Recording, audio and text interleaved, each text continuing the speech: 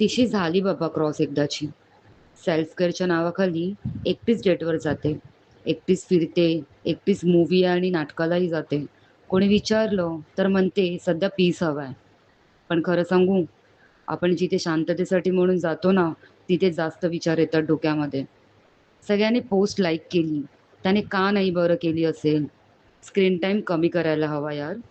घरचा फोन जेव्हा येतो, तेव्हा सगळं छान आहे असं बोलून 4-5 हसऱ्या चेहऱ्याचे सेल्फीज टाकले, की घरचे टेन्शन घेणार नाहीत, असा विचार करते.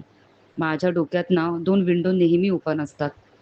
एकात असतं काहीतरी दंगा करूया यार आयुष्यामध्ये आणि दुसऱ्यात असतं नको, नको आता शांतच राहिलेलं बरं आहे.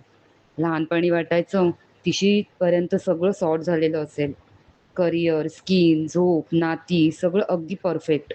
पण अँक्झायटी नावाची मैत्रीण सोबतीला असेल असं कधीच वाटलं नव्हतं. "अरे वाह! तू आज पण थांबणार आहेस का?" "हो, हो, थांब. पण कसं आहे ना, कधीतरी जावं लागेल तुलाही. कारण वॉरियर आहे मी."